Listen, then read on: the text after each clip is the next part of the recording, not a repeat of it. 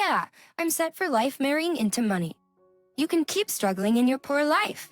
Bob sneered with a smirk, throwing these condescending words at me. Just as I was enjoying a relaxing break in the hotel lobby, Bob's shrill voice pierced my ears, turning my mood sour. I wondered where he had met his new wife, a president's daughter. After all, Julie is the daughter of Johnson Enterprises. Bob, with his middle-aged man's laugh, seemed childishly proud to me, but hearing Johnson Enterprises, I found myself puzzled. It sounded familiar. Which company? Oh, that one. I recalled the details about Johnson Enterprises. A proud smile spread across Bob's face. Meanwhile, I struggled to suppress a laugh welling up inside me. My name is Amy. I'm 35, living with my husband Bob. I work in my family's real estate business. While I'm still handling mostly administrative tasks, my father, the president, manages the key business strategies. Being an only child, I'm expected to eventually take over the company. Just with older executives at the company, I feel the pressure of one day becoming the president. However, I've been careful not to discuss much about our family business with Bob, my husband 3 years my senior. I don't want to bring work matters home, and Bob, who only finished high school and works in a moving company, feels inferior about it. Of course, moving is a tough job, requiring physical strength and skill to swiftly transport heavy items. It is a job for professionals. I don't mind that he only has a high school diploma, but I understand his feelings, so I avoid mentioning my prestigious university degree or my future role as president in our daily conversations. Bob and I met through a friend's introduction. In college, my friend had hired Bob's moving company, and he was in charge of her move. Initially interested in my friend, Bob was turned down as she was already in a relationship. However, they got along, so she introduced him to me, who was looking for a partner at the time. Our unusual meeting turned out well, as Bob's carefree nature was a good match for my meticulous personality. After several dates, we became a couple. Execution in my late 20s, and at the right age for marriage, our relationship quickly led to marriage within. Thus began my life as Bob's wife. Our married life started without any issues. Bob's parents were incredibly kind, always welcoming me with smiles during our visits. Like, considering the common mother-in-law issues among my friends, I felt lucky to have such a harmonious relationship with my in-laws. However, Bob's job was demanding, often keeping him out until late at night. He would stay out late, physically taxing himself, and return home exhausted. Despite his fatigue, he never neglected our marital life. While I was appreciative, I often thought he didn't need to try so hard. Thank you for always waiting up for me. Bob would thank me for simply preparing dinner after his long work days. I felt blessed to have such a wonderful husband. However, our peaceful days began to waver a year into our marriage. Hey, why can't we have kids? One night, as we got into bed, Bob casually brought up the subject. His tone, slightly irritated, took me by surprise. I had also thought about having children. We weren't actively trying, but given our regular marital life, I believed it would happen in time. It's just bad timing. We've only been married a year, so it's not something to worry about yet. I definitely wanted children, but I knew that rushing wouldn't help. So, to reassure Bob, I deliberately adopted a relaxed tone and said, "It's still okay." Don't you know? For couples not using contraception, there's about an 88% chance of conceiving within a year. Bob, more forceful than usual, even quoted percentages. 80s in a year. It's not well versed in pregnancy statistics. That number seemed incredibly high to me. Really? If you're that eager for kids, should we get tested together? Thinking it best to identify and address any clear issues, I suggested we both undergo fertility tests. But Bob's response was unexpected. What are you talking about? Are you implying it's my fault? Infertility issues are usually the woman's fault. There's no point in me getting tested. Bob's contemptuous tone, a first for him, stunned me. I couldn't believe my ears. I hadn't accused him of being the cause. I simply suggested testing since we didn't know where the issue lay. Yet Bob jumped to the conclusion that I was blaming him and added, "It's definitely the woman's fault," as if to say I was the problem. Is that so? I wanted to say more, but I was shaking, barely able to reply. In his course, so just you get tested. I'm too busy with work. I had a job too. You're just a placeholder office lady, right? Just coasting along in a company thanks to your dad's connections. I never just coast at my company.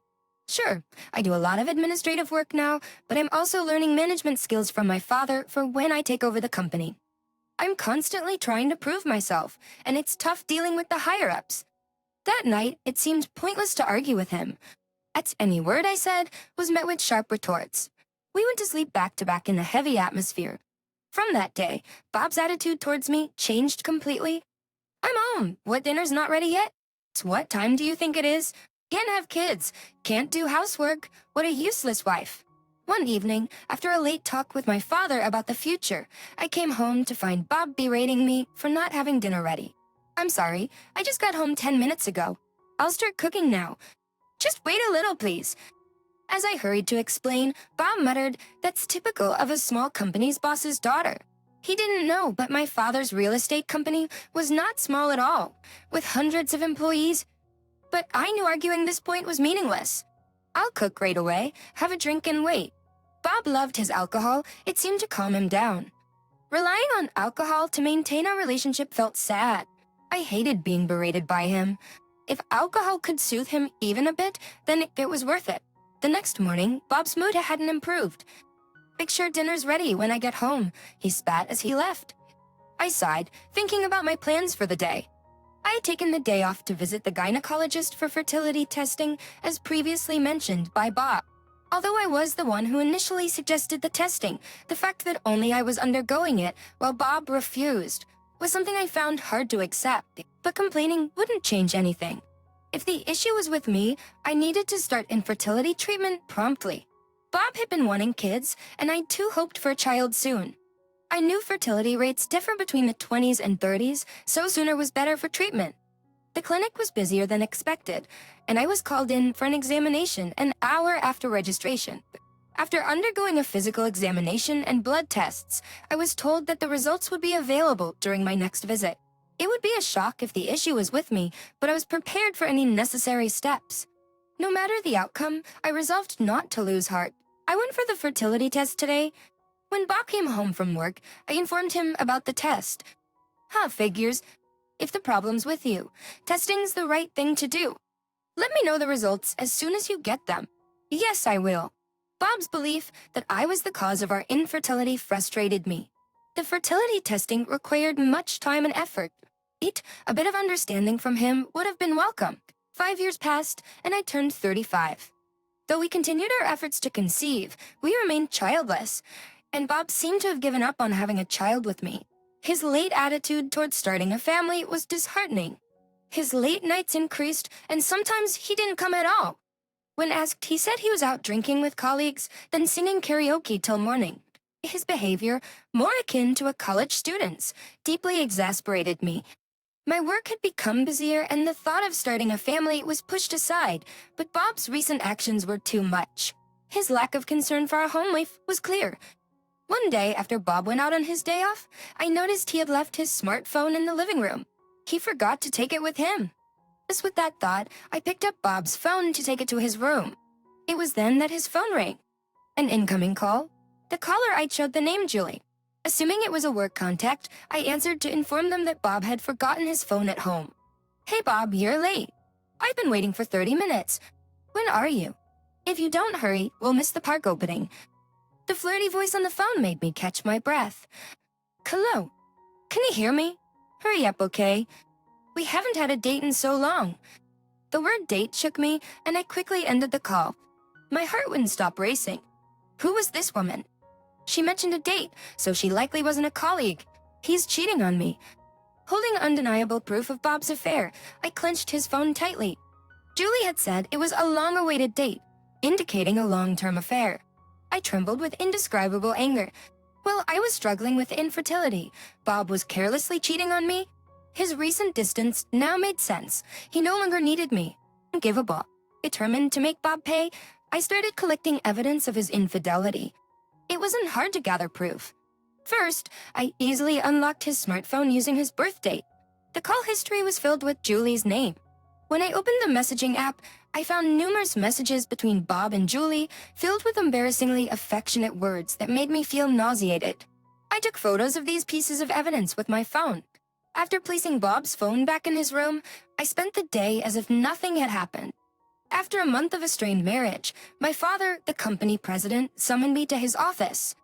"I have something important to discuss with you," he said gravely. Shocked by his words, I couldn't believe what I heard. "Is that true?" "Yes, so I'm counting on you." Disturbed, I returned to my office, barely concentrating on work. That evening, Bob suggested we separate. Having found evidence of his affair, I had been contemplating when to bring up divorce, but him initiating it saved me the hassle. "Yes, let's divorce." "Really, Cavity?" Because I had readily accepted the divorce, Bob seemed surprised. Perhaps he was happy about being able to be with his mistress, a woman named Julie. His face was filled with an unmistakable joy that I found irritating. Despite my irritation with Bob's expression, I signed the divorce papers he offered. "I can file these tomorrow." "I'll be leaving this house, okay?" "You're sure about the mortgage?" I anticipated he would want me to leave, so I casually asked, "Oh yes, I'm fine." Bob's job was demanding but not high-paying. I doubted he could handle the mortgage alone, but since he initiated the divorce and was the one cheating, I felt no obligation to help. I packed and left the house 3 days later, moving back to my parents' house nearby. My parents initially seemed concerned when I told them about my divorce, but when I explained that Bob had cheated on me, they became furious. They repeatedly reassured me that it was the right decision to part ways with such a man. I threw myself into work, trying to forget about Bob. Before I realized it, a year had flown by. I was so engrossed in my work that I lost sight of everything else. It was astonishing. But one day, while relaxing in the living room, my dad approached me. "Why don't you take a break and go on a trip? It's going to get busy starting next month." I guess he thought I had been working too hard and needed a distraction. Indeed, I had been overwhelmed with various things lately and felt mentally exhausted. Thinking a little trip wouldn't hurt, I took up my dad's suggestion and decided to travel to the Northeast. It was my first solo trip and I was both nervous and excited. The air in the Northeast was crisp and seemed to cleanse my weary soul. Interacting with the locals who helped me navigate and chatting with the owner of a bar, I found everyone to be incredibly kind, which gradually healed my spirit. I had booked a hotel in Seattle, the most famous and largest around here, thinking, why not enjoy the trip to the fullest? After checking in, I relaxed in the lobby with a welcome drink. The fatigue from the journey seemed to melt away, feeling utterly comfortable. As I jokingly considered moving to Seattle, a familiar voice called out, "Huh? Hey, what are you doing here?" I turned around, startled by the unmistakable voice of my ex-husband, Bob, who was entering the lobby with 2 large suitcases and a young woman. She appeared to be in her early 20s with flawless skin, bold makeup, and striking red nails. Despite the chilly northeast weather, she was wearing a short skirt with bare legs. Startled, I stared at Bob and the woman. "Why are you here? And who is she?" I blurted out, even though I didn't really want to know. "Banksuries? Oh, let me introduce you. This is Julie, my new wife. We're on our honeymoon." Guess what? She's the daughter of a wealthy businessman. Bob, who had changed so much since our divorce, seemed genuinely happy, even volunteering information I hadn't asked for. But Julie, that was the name of the person on the phone. Disgusted that he was infatuated with such a young girl, I felt a surge of discomfort. "You're on a solo trip here? That's pathetic," Bob sneered, despite being the one who cheated and initiated our divorce. Julie, too, was looking at me, her eyes narrowed with amusement. "Hey, Bob, is this your ex-wife? She looks old." "Should hurry up with the check-in." But irritated by her catty tone, I glared at Julie. Bob, nonchalantly wrapping an arm around her waist, responded, "Yeah, I'm set for life by marrying into money. You can keep struggling in your poor life." Bob smirked condescendingly, throwing demeaning words my way. His high-pitched voice, echoing through the hotel lobby, disrupted the elegant atmosphere I was enjoying and left me feeling upset. But his mention of marrying a businessman's daughter made me wonder where he had met someone like that. Yeah, Julie is the daughter of Johnson Enterprises. Bob's middle-aged left seemed childishly proud to me. Johnson Enterprises? I pondered, feeling like it sounded familiar. Oh right, that company. After a moment, I recalled what Johnson Enterprises was. Bob's face lit up with pride. "Impressive, huh?" he exclaimed, but I was secretly holding back laughter inside. "Come on, you know this company? Her family's loaded, and they even paid off the mortgage on that house quickly. Thanks for divorcing me so easily, Amy." His tone was dripping with sarcasm, but it didn't bother me at all. Yeah, I know them. They're in the biggest building downtown, right? I've seen it and even been there. I replied calmly. Oh, you've been there? Bob seemed surprised. It's quick then. Her family owns a huge company, so they're loaded. Breaking up with you was the right choice. Bob smirked nastily, but I simply nodded, still calm. That building? It's part of our real estate holdings. I mentioned casually, as if I just remembered. Bob and Julie both asked in unison, what do you mean by a real estate? That building is rented by my father for his most prestigious office. I don't know if your company is involved in real estate, but it's not. The building may have looked shabby, but both of them seemed skeptical of my words. I hesitated for a moment, but there was no turning back now. I had to tell Bob about my company. We were divorced, and his pride was no longer my concern. Yes, I know how grand it is. I was there when my father bought that building. It cost about $200 million, I believe. Recently, my dad had been complaining about a tenant not paying their rent. It turns out it was your company. In fact, my father is a real estate magnate with assets worth $3.02 billion. The building that houses Johnson Enterprises is one of his properties. The tenants of the building change regularly, but currently it's Johnson Enterprises. For the past few months, they haven't paid their rent, and that's what was troubling my father. The rent not paid? Julie looked shocked, but then she burst out laughing. That can't be true. Our company is doing great. We can surely pay the rent. I wasn't falling for such a lame lie to drive a wedge between Bob and me. Her shrill voice echoed in my ears, and I let out a deep sigh. It seemed like having a reasonable conversation with this woman was impossible. Pulling out my smartphone, I decided to call my dad. Dad, I'm here with the daughter of Johnson Enterprises. Can you send me a photo of the reminder notice for the rent? I quickly relayed my request, and my dad sent a photo of the rent reminder notice for Johnson Enterprises. I showed it to Bob and Julie, and I doubted they could suspect it was a fake, given the speed. See? You can tell, right? 3 months of unpaid rent. If you don't pay soon, we might have to sue. What are you going to do? At the mention of a lawsuit, Bob and Julie's faces turned pale. Come to think of it, Dad has been really on edge lately. Yelling about sales and firing a lot of employees, Julie mumbled, sounding unsure. Seeing her, Bob shouted in despair, lies. You're just trying to trick us and tear Julie and me apart, aren't you? You're still that kind of person, trying to get back at me for remarrying. Your tactics are dirty. I'm startled by Bob's loud voice. I took a step back. Dirty tactics, hon? I recalled all the heartless words Bob had hurled at me during our marriage. Then determined to confront Bob, who was now gloating about marrying Julie, a wealthy businessman's daughter. I readied myself to tell him the truth. What are you even saying? Do you really think I still have feelings for you? I've been feeling sorry for Julie, who got caught up with you. Did you marry her just for her money? You married me for shallow reasons, too, like wanting to get married quickly or wanting kids. And who was it that left me when he found out we couldn't have kids? Who insulted me, calling me useless for being infertile? Both you are to blame for all of it, yet you think I still like you? You must be out of your mind. I felt a wave of relief as I unleashed my pent-up frustrations on Bob.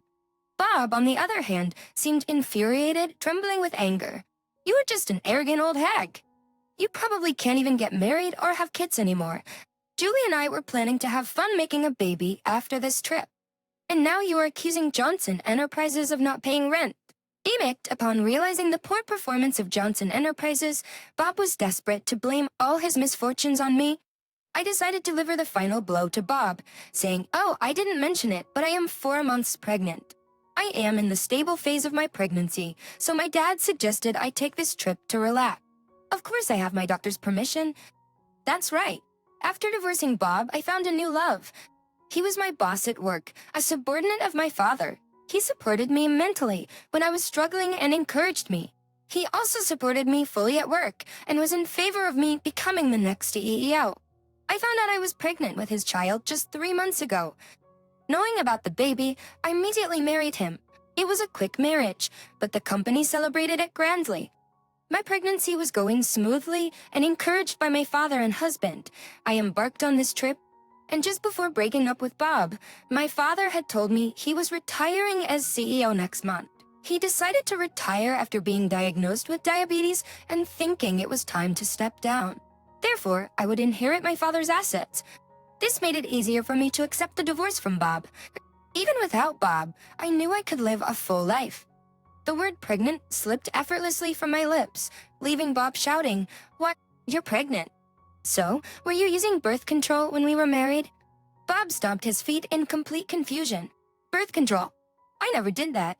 Remember, I told you I had infertility tests at the clinic, and they found no issues. So, the problem was with you. It's too bad." As I bluntly told this to Bob, his face twisted visibly. "The problem was with me? Does that mean Julie and I can't have kids?" I'm slumped in defeat. Bob muttered to himself, shoulders slumped in defeat.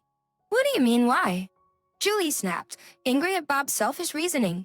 Realizing I couldn't bother with them anymore, I said my final words, "That's why, from now on, please don't involve yourself with me. And Julie, regarding the rent for Johnson Enterprises, I won't back down until it's fully paid. If you plan to continue renting that building, please pay the overdue rent soon. Otherwise, we'll have to take legal action. I have nothing more to say to you two, so goodbye." I left Bob and Julie arguing and confidently walked back to my hotel room.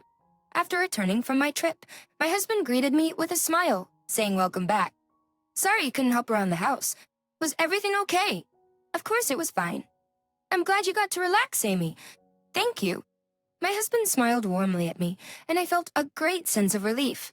Since marrying my current husband, I've been reassured every day, completely forgetting about Bob. Since that trip, I haven't met Bob. The following is what I heard through my father's contacts. After that incident, Bob and Julie's fights became incessant. Despite thinking he was marrying a wealthy heiress, Bob discovered Johnson Enterprises was in deep. Coincidentally, news was all over TV about a Johnson Enterprises employee embezzling millions of dollars from clients. Julie's father knew about the fraud, but tried to cover it up for the company's reputation. However, once the scandal became public, Johnson Enterprises' stock plummeted. Having lost its credibility, the company saw a mass exodus of employees. In such a state, they couldn't possibly pay the rent, so my father was taking legal action against Johnson Enterprises. The future of the company looked bleak, as it was entirely Johnson Enterprises' fault. Bob, having lost a fortune he thought was within his grasp, was furiously blaming everyone but himself. Thinking he could ride on the coattails of a wealthy heiress was overly optimistic of Bob. Julie, realizing Bob was infertile, accused him of marriage fraud. Furthermore, after our hotel encounter, I had a lawyer demand compensation from Bob for his infidelity, leaving both him and Julie in debt. I heard that Bob and Julie ended up arguing every time they saw each other, and they finally got divorced recently. Then, unbelievably, Bob called me after divorcing Julie. "Amy, please, marry me again. I have debts other than the Elaine." Julie made me buy everything she wanted, and then left without paying a dime. "You're the only one I can rely on. I'll do anything for you. Please forgive me." Bob's pleas, sounding like a beggar, were so pitiful that they almost made me sick. His unchanged attitude of marrying for money was just appalling. "No, I have no desire to be involved with you ever again. I'm going to be happy with my husband and our child, so please don't contact me again. Goodbye," I said calmly, and then immediately set his phone number to be blocked. That should stop any more absurd calls from Bob. Having lost his wife and money, Bob will likely live a lonely life now. Given his infertility, remarriage might be difficult for him. Moreover, it's hard to imagine someone falling for a person like Bob, who mocks others so readily. All I could think was that he should at least try to repay his debts. I thought about it as if it were someone else's problem. As for me, I'm looking forward to my life with my husband and our soon-to-arrive baby. Both my work and personal life are more fulfilling than ever, and I'm savoring this unparalleled happiness. My name is Catherine. My husband passed away 5 years ago. We didn't have any children together, and I lost hope in life after losing my beloved husband. What he left me with was the daily company of my kind-hearted mother-in-law, who supported me without cutting ties even after my husband's death, and an unexpected $3 million in insurance money. My mother-in-law is a very kind person, and although we lived together shortly after getting married, I have never experienced any mistreatment or bullying from her, and she continued to support me even after my husband's passing. However, a new encounter came into my life. My new husband, Daniel, has a 20-year-old daughter named Irene. Despite being 20 years old, she's emotionally immature and I can tell that she dislikes me. But as I wanted to make this marriage work, I wished to live with my family of 4, including my mother-in-law, in this unusual setup for 2 years. However, one day Daniel found out about the $3 million in insurance money I have, and he said something unbelievable. He said, I bought a $3 million house for my beloved daughter. A $3 million house? Yes, and we will live there from now on. From now on? Where on earth did that money come from? I was so surprised that I confronted Daniel about it. Then Daniel casually said, You have it, don't you? Are you talking about the insurance money left by my late husband? By my late husband? Yes, of course. Is there no other money? That money is the insurance money left by my late husband, and it is precious to me. I thought it shouldn't be spent. Money is money, right? It doesn't matter what kind of money it is. The transfer is already done.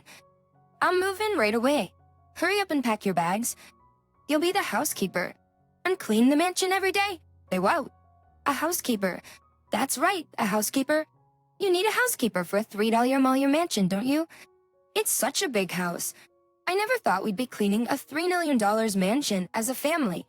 I won't introduce you as a housekeeper to the neighbors from now on. No complaints, okay? Wait a minute. I've never been consulted about a $3 million mansion, you know? I don't need to consult with you. I decide everything. That's ridiculous. That money belongs to me. Come on, it's not that big of a deal. I understand. Irene doesn't want to live in this rundown place. We're only cohabiting here because you wanted to live with that old lady. And frankly, neither Irene nor I wanted it. The house is a wreck, and living with that old hag is annoying. Plus, since she owns the house, we have to be on our best behavior. Irene has had her share of complaints from that old woman. But those complaints are because you don't do anything around the house. So my mother-in-law feels compelled to say something. I don't want any of that. Being told to do laundry or clean up. Those are all outdated expectations. I don't intend to make Irene do those things. But if she could do those things properly, she wouldn't run into problems after getting married. If she can't do anything and still marry someone, it'll be Irene who suffers, you know? That noisy mother-in-law, or rather, that old hag, is a stranger to us. Even if she nags, we don't have to listen. Besides, with the $3 million mansion we built, someone is sure to come begging. But don't argue with me.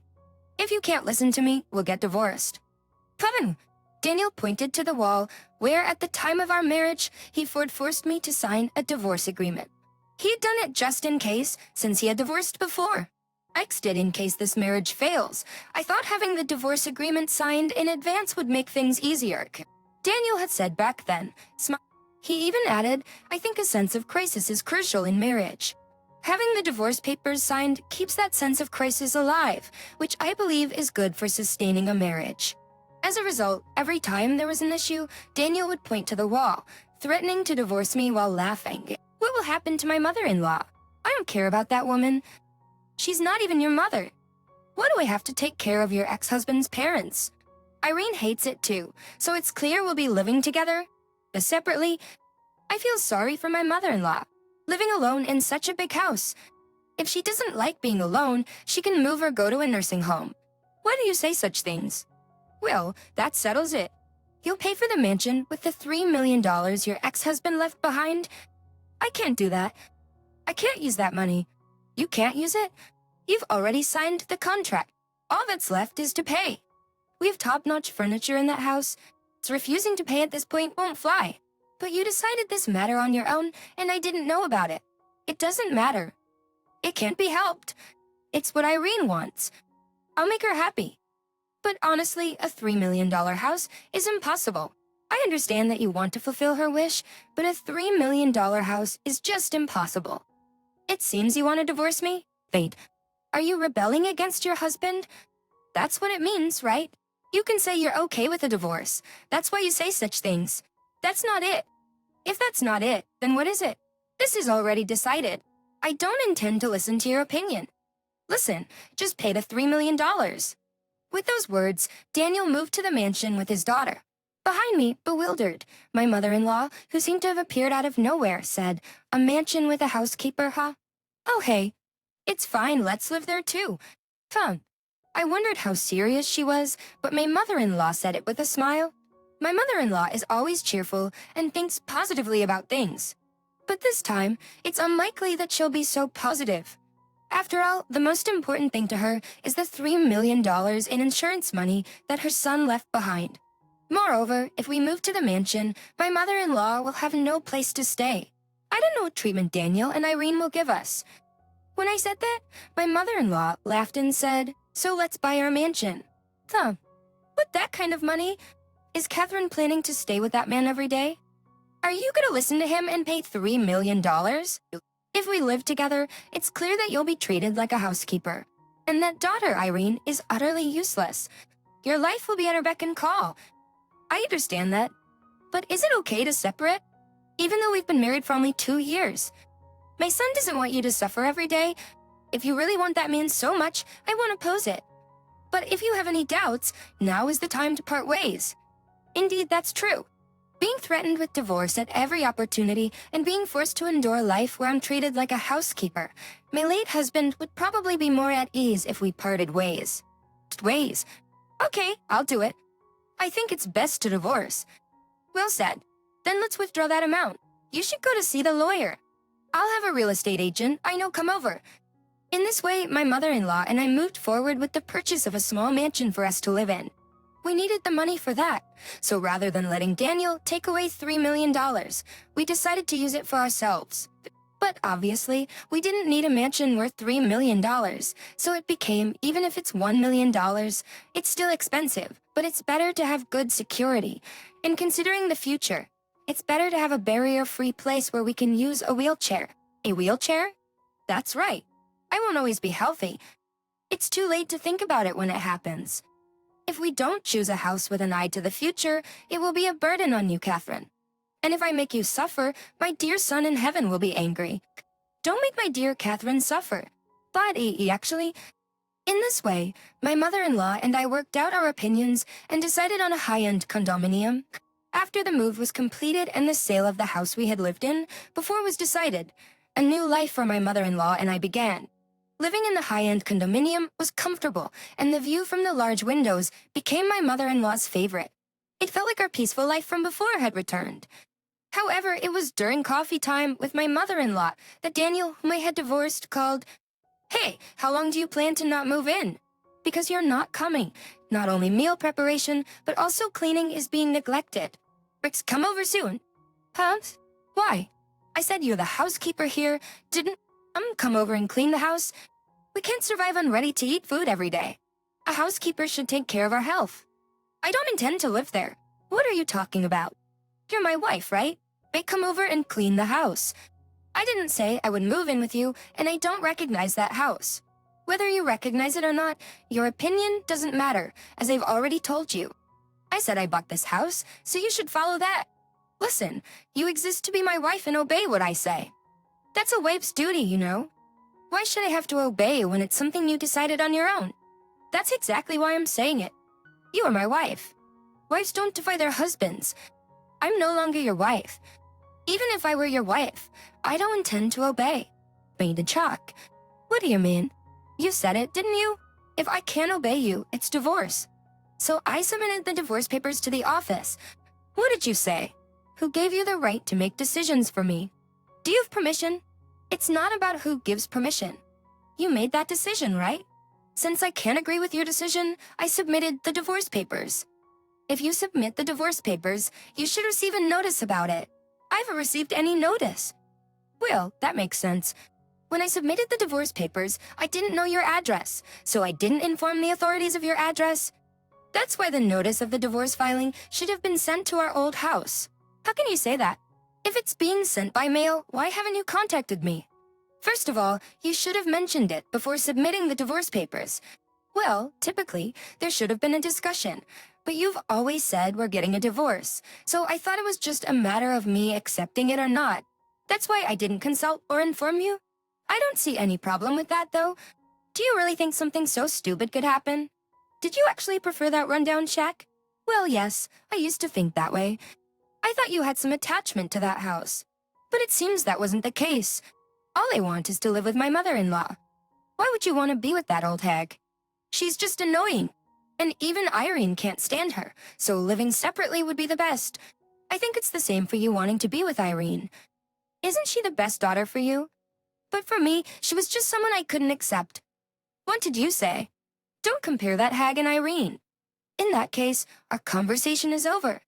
I don't think there's any need to talk further with someone who refuses to listen to me and insists on imposing their own views. I'll be living with my mother-in-law. You're such a fool. You could live in a mansion.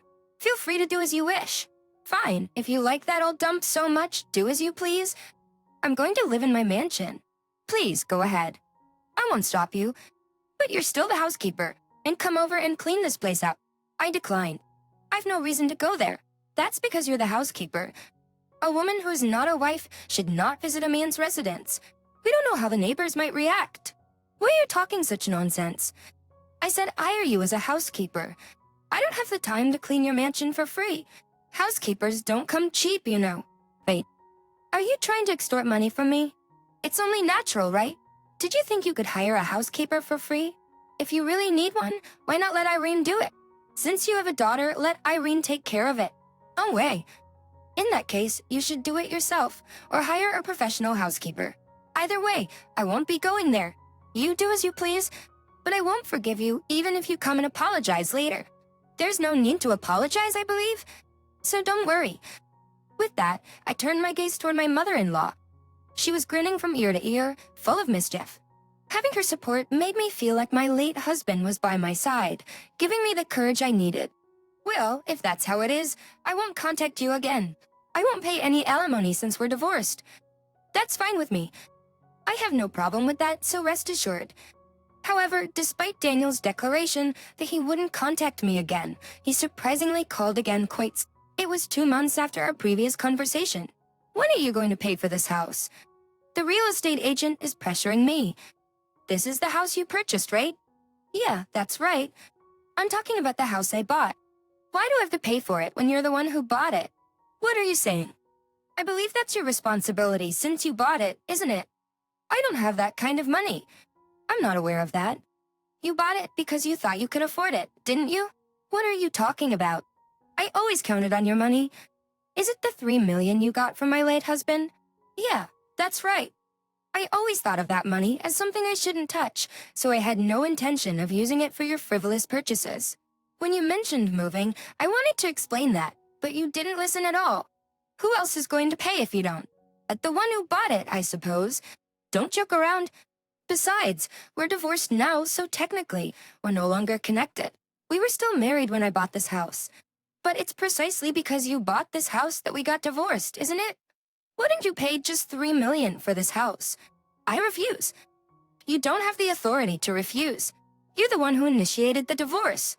You should pay me alimony. I won't accept that. You have no right to refuse. Since we've been married for over a year, we should divide our assets. So your $3 million should be given to me. That money wasn't earned by us as a couple. It was something my late husband left for me. It shouldn't be subject to a set division. Also, considering your unreasonable behavior, I could even claim emotional distress as part of the divorce settlement. Why do you think you can claim alimony? What's distressing about it? It's compensation for mental suffering. And I've endured a lot of that. What do you mean by suffering? Oh, you want to hear it? Well, I'll tell you. Let's start with Irene, for instance. She's 20. She is 20 years old and supposedly a college student, but she does not even do part-time work. She completely ignores anything I say. Not only that, when I ask her to clean up or do some chores, she does nothing. Instead of helping with the housework, she seems to think of me as a housekeeper, and she keeps hurling insults like, "Don't act like my mother" at me. Well, she is just a kid, so it is natural. And you too. You hardly ever came home properly. When you did, you acted as you pleased. I am working hard, and you treat me like a housekeeper or a slave, expecting me to do everything. It is only natural for a wife to take care of the household. Couples should help each other, but all you cared about was yourself. Even when I was feeling unwell, you did not care and kept bossing me around. Thanks to you, I got healthier. Even now, there is some woman I do not know living in that house, right? I do not know what your relationship with her is. Why do you know about that? After you left, you sent me your address, remember? You must have wanted me to come. So, 1 month ago, during the day, I visited your mansion. That is when a middle-aged woman came out. It seems like you have a thing for flashy people. It was quite a surprise. I did not hear about that. You probably thought it was nothing much. Well, it was not a big deal, but... So what happened? I asked if she was your wife. She said yes. I was surprised, but I thought I should at least introduce myself properly. I told her I was your ex-wife. Then she looked me up and down and said, "Oh, you look just like her." She even resembled Irene in her rudeness. But what surprised me even more was when Irene came out from inside and called that woman Mom. I had never heard Irene call me Mom even once. Oh, I realized that woman is Irene's real mother. So you got back together with your ex-wife to get that mansion, right? I never thought I got married to you just because you wanted a fancy house. No, it is not like that. It is okay. I do not mind. But I want to know the reason behind it. It is almost like cheating to move back in with your ex so quickly. Do you have any excuses for this?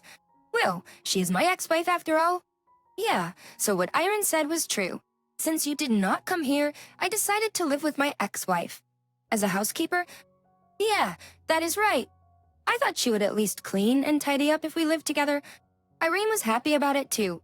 I see, a housekeeper. What is the matter? Is she really just a housekeeper? There's nothing else she could be. Actually, Irene has been sending me videos. Let me forward them to you. The video I forwarded was shot by Irene with her smartphone. It showed him and his ex-wife getting along intimately. And the conversation was, getting this fancy mansion was a great move, huh? Yeah, this was a piece of cake. See, that woman really thinks I love her. When you said you wanted a divorce, I was surprised, but I never thought it was to get this mansion. But what would you have done if that woman had moved in here? I don't care. She's a housekeeper. I was planning to accept you as my common-law wife and her as a housekeeper. That way, she would pay for this house, and I'd have a housekeeper too. Well, that's a shame. Even though I used to be a rich girl. She's a terrible woman, leaving at the last minute like that. I'll find a way to bring her here. Once she's here, I'll make her work like a slave for the rest of her life. Daddy, you're the best. Even though he says he's the best, he sends me videos like this. Irene is still so immature. Even if something like this comes, there's no way I'd fall for your tricks. Originally, I figured out that you wanted the mansion. In the end, you remarried me just for my $3 million, right? Well, yeah, that's true. I heard about the insurance money when we were dating, and it got me thinking. Until then, I was just playing around. I see. But living with you was tough. You and your mother were so naggy all the time about manners and stuff. That's why you didn't come home often. To go to your ex place? Yeah, that's right. It was much more fun to be with her. It's only natural. Is it really natural? Well, we're already divorced, so I'm going to remarry my ex-wife. I was thinking of having you as a common-law wife and accepting her as a housekeeper. Congratulations, by the way. So, I'll give you a severance payment of $3 million. I'm sure you want a clean break from me, too. You wouldn't want me to bother you anymore, right? I can't pay that money. If you really insist, you should go after it yourself. But I don't have that kind of money. What do you mean you don't have it? Do you know what happened to the house we used to live in? What are you talking about? That property has long been cleared. My mother and I are living in a $3 million condo. A $3 million mansion? There's no mansion like that around here. I never intended to live near you, but I bought the house for my mother. In reality, it's a $1 billion high-rise, but I didn't want this guy to exploit me, so I plan to use the remaining $2 million for my mother. You said you wouldn't use that money. Yes, but I've decided it's better to use it for my mother-in-law than to let you take it. Thank you. You did that with my money? Security, what on earth? Well, it was never really your money, was it? You're quite audacious. First darn it, now we can't pay for the house. Pointing tister. With that, I hung up the phone. Daniel must have thought I'd give up, but a month later, he contacted me again and wanted to meet. I declined at first, but he was so persistent that I eventually agreed to meet at a predetermined location. There, I found Daniel in a shabby suit. What's with that outfit? Aren't you having your ex-wife take care of your daily life? I couldn't help but blurt out, surprised. She only takes care of herself. She's always been that way. So, you like that kind of person. I guess it can't be helped.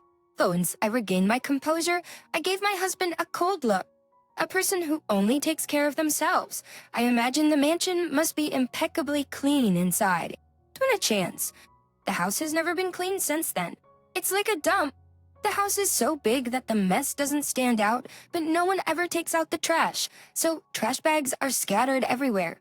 Even though it's a luxury mansion, the living room is cluttered with food and the expensive sofa looks like a cheap one. It's unbearable. Oh, you like that messy state, don't you? You find it too constricting to tidy up like I do. You've got to be kidding me. Well, you chose it. Please, let's live together again. It has to be you.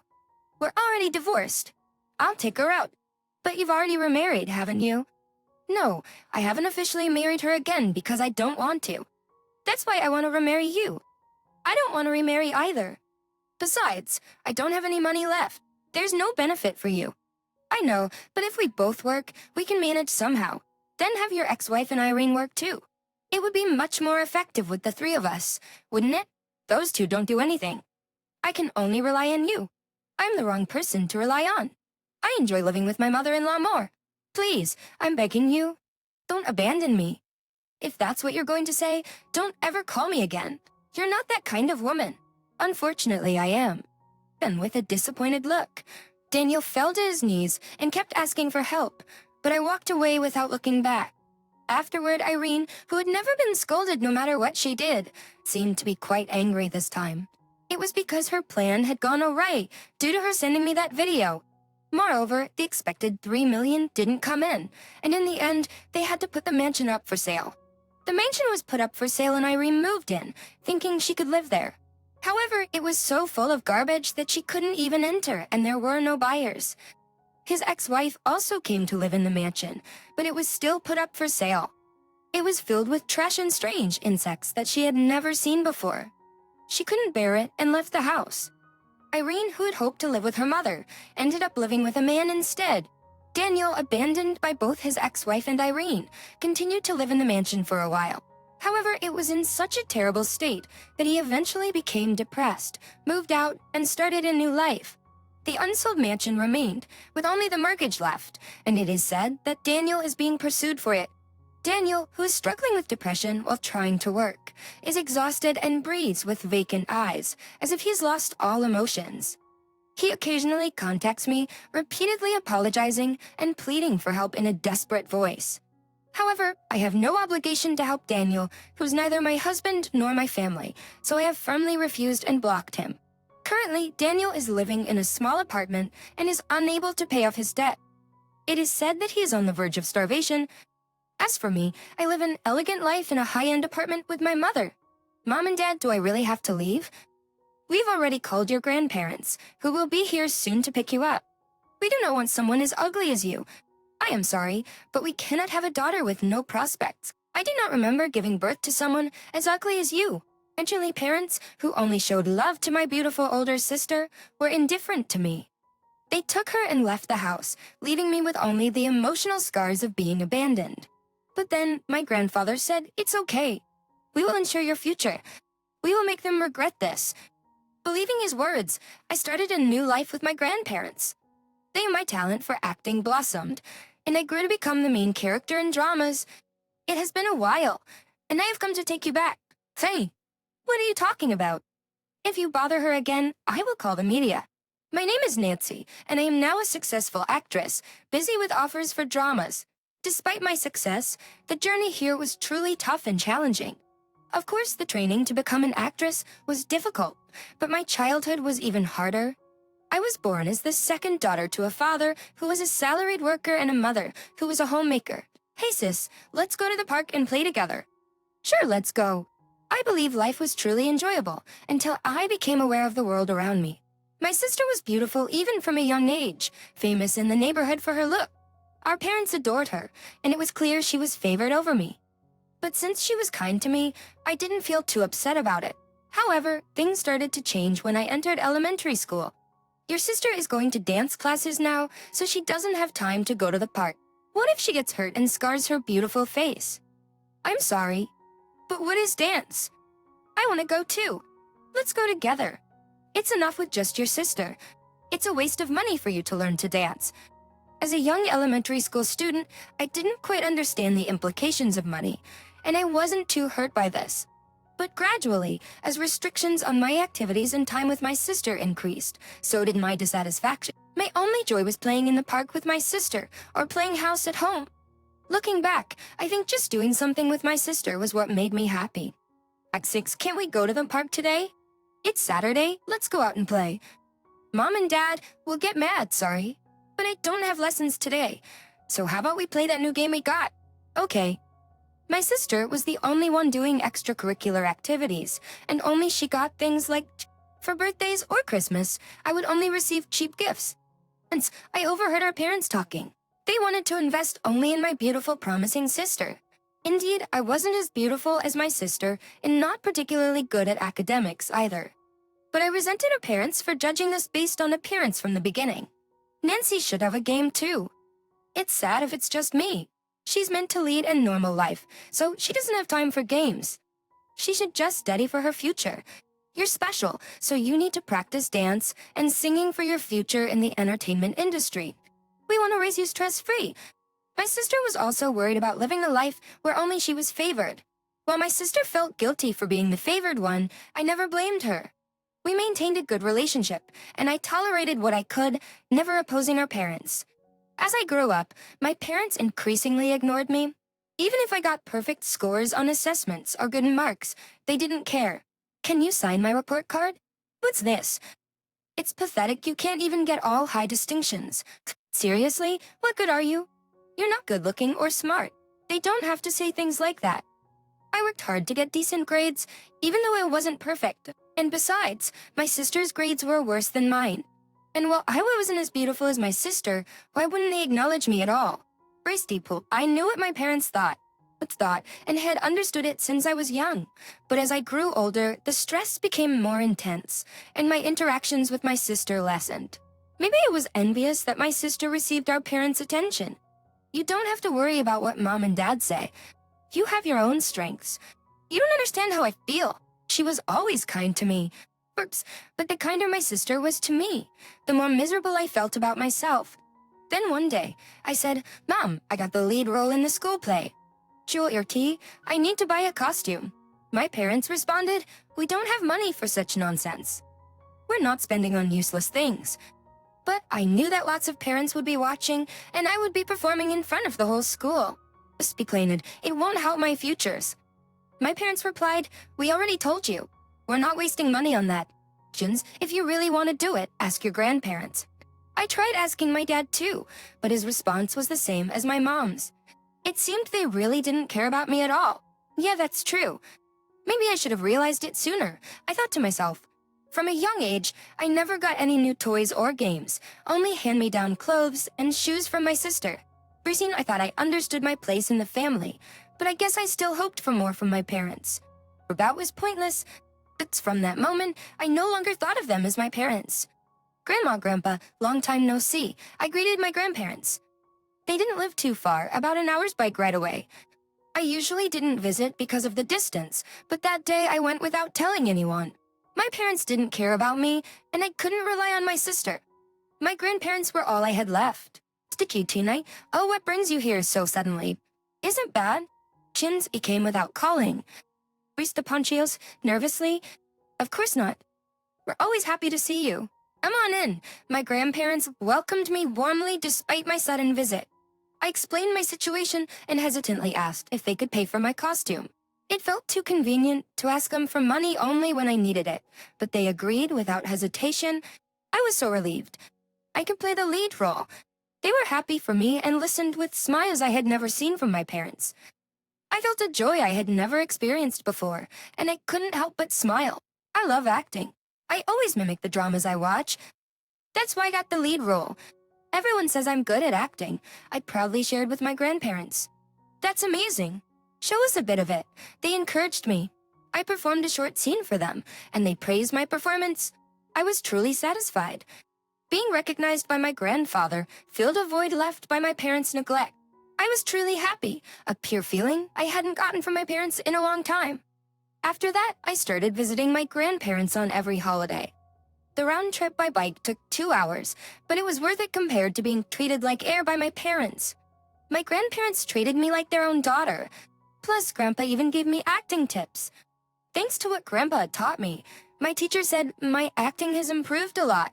That's great to hear. Grandpa used to be a stage actor.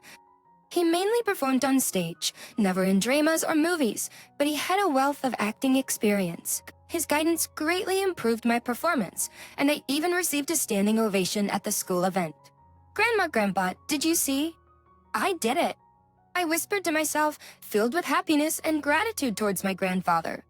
But there was a tinge of regret that my parents weren't there to see it. I didn't expect anything from my parents, nor did I want them to come. But I had my grandparents in acting. Would you like to join a local children's play about folk tales? Grandpa asked. He got me involved in local plays, something my parents never did. I felt like I mattered when I was with them. A feeling that began to grow. Being with my grandfather fills my heart. My parents were too busy coddling my growing sister to notice me. One day, when I was in my first year of middle school, I came home late. You're late. Sit down. We have something important to discuss. It was unusual for them to even acknowledge my return. Well, they didn't even greet me back today. But what could this important matter be? Just unlike my sister, who went to a private school, I was made to attend a public school without question. I wasn't even allowed to participate in extracurricular activities, so I can't imagine what this important talk could be about. I sat in the living room as I was told. What's the discussion about? You're going to live with your grandparents from now on? We know you go there every break. Wait, we're moving near a talent agency for your sister, and we can't waste money on you anymore? This was absurd. It was nothing short of parental neglect. I knew they barely showed me love, but they still had a responsibility as parents. Pushing it all onto my grandparents was too much. Of course I'd rather live with my grandparents than with them. But they were important to me, and I didn't want to burden them. That's going to be a burden on Grandma and Grandpa. I'm not even asking for much. It's decided. They'll be happy to have you. But we're moving this Saturday. Pack your stuff. Having said that, my father returned to his own room. Dad left after saying that. Even though they didn't let me finish, it was clear that they meant it. They had no intention of raising me anymore. It was like I was being discarded. Despite knowing that they didn't need me, this hurt me deeply. How could they be so cruel? But I couldn't understand their feelings. And then the day came. Mom, Dad, do I really have to leave? He asked. We called your grandparents. They'll be here soon. We don't need an ugly girl like you, my mother replied. I'm sorry, but a daughter with no prospects is useless. I don't remember giving birth to someone as ugly as you. My sister looked down until the very end, but my parents said this with a grin. My already hurt heart was beyond repair, but they didn't notice and left. Left alone in front of the house, I struggled to accept reality. It's okay. I have my grandparents. I tried to reassure myself, but the pain didn't fade. Thankfully, they arrived soon by car. As soon as I saw them, I couldn't hold back my tears anymore. Mom and Dad hate me, I cried. They said they have no use for an ugly girl. Mom said she doesn't remember giving birth to me. It's okay. We're here for you, my grandparents said. Those people aren't your family. You're our precious daughter. Forget about them. They took me home and told me they had been asked to take care of me that morning. They couldn't contact my parents and didn't know where they had moved, but they decided to cut ties with them. That's right. They discarded me. They're no longer my family. But I'll enjoy my new life with my grandparents in my own way. I thought to myself, but keep my sanity. I kept telling myself that everything would be okay, and so began my life with my Grandpa, I got the lead role again? I exclaimed.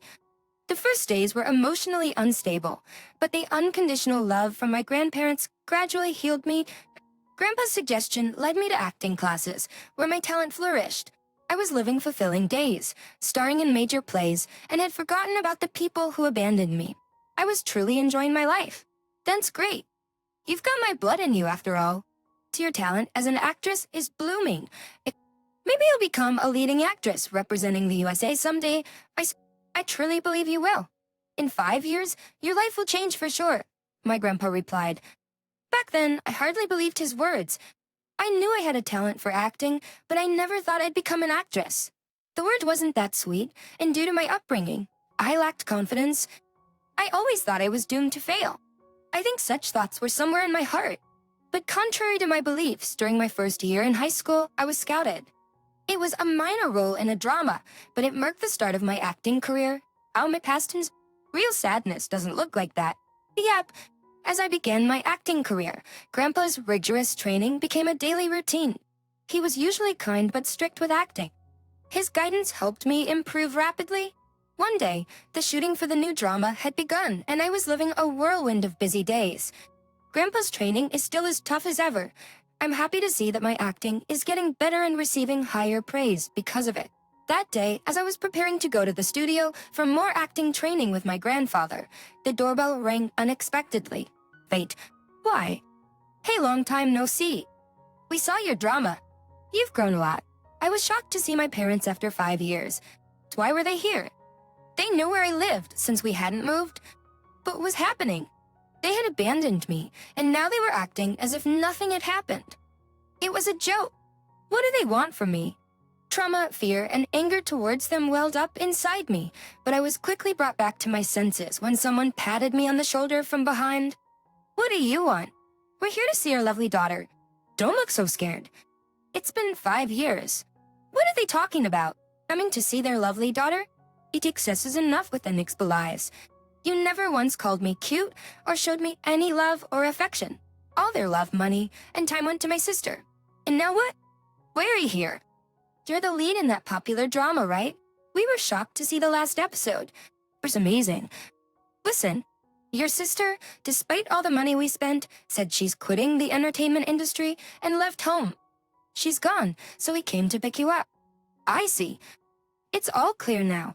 Just their affection for my sister was in love. It was an investment for the future. They probably spared no expense in terms of money, time, and everything else on my sister because she was someone who could enter the entertainment industry and earn money. Since that investment failed, they're targeting me. They think, as an actress, I am earning well and can support them. They want to use me as a tool. They're making a fool of someone. I'm not your tool, and I won't be used by you. You're mistaken if you think I'll spend my money on you. Sure, I earn a decent salary as a lead actress, but I have no intention of spending it on people who aren't family. My sister realized she was just a money-making tool for you, not loved. Now you're facing the consequences of treating your children as tools, not as family. From a young age, I never defied my parents and accepted the disparity between my sister and me. I guess to them, I was a convenient presence who complied with everything. That's probably why they think they can use me now without any apology. But they're wrong if they think I haven't changed in these past 5 years. Hold on. I raised you. How could you say such awful things to your own mother? Our upbringing is why your acting talent blossomed. And enough joking. How can you even talk to someone you discarded like that? If you come any closer, I'll call the media. I'll expose everything you two have done, and you'll be finished in society. Disappear if you don't want that. Grandpa said this, and my parents fled, their faces pale.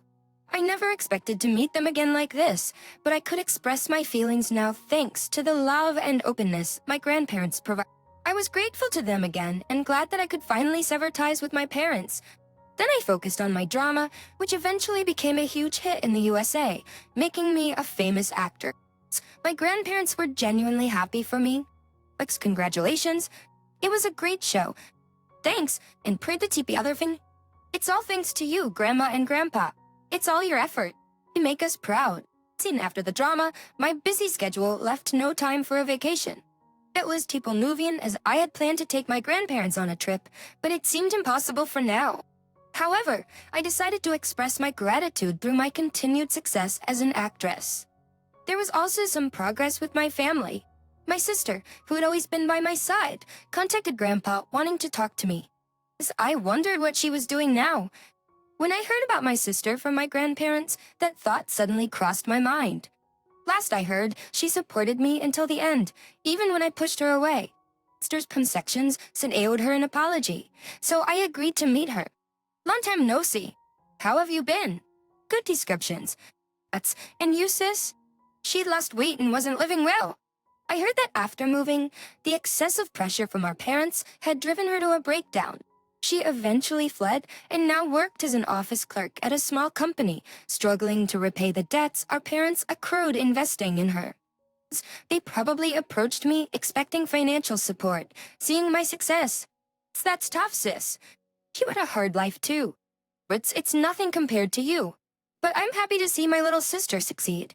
Keep it up as an actress. I'll always support you. Her words brought me to tears. I pushed away my sister once, who had always been kind to me. Despite her own hardships, she still called me her lovely little sister. Currently, I'm able to earn more money than my sister, and I could help her financially. But that wasn't the right thing to do. She had escaped our toxic parents and was living independently. My role was to support that. If you ever need help, let me know. I'm here for you. Thanks, Egby. But I'm content with my life now. You don't need to worry about me. If those parents ever find out where you are and do something, make sure to contact me right away. Sure, bye to Compilation. We began keeping in regular contact and met for meals once a month. We shared a bond, having suffered under the same parents. However, we both have continued to suffer at the hands of those parents. We wanted to support each other moving forward. As for my parents, I heard they declared bankruptcy due to their decisions. What up, keep at work? Dad quit his job around the time I graduated high school, intending to support me. Probably thought he wouldn't need to work once I became famous. I see. So, they ended up bankrupt. They got what they deserved. They divorced and lived separately, struggling financially. No matter how successful I became, I had no intention of helping them. They reaped what they sowed. Because that's what these two have done for us. I'm still living with my grandparents, enjoying every day. My sister, who was always kind to me, and my grandparents, who always supported me. I cherish these three family members and will continue to be grateful for the rest of my life.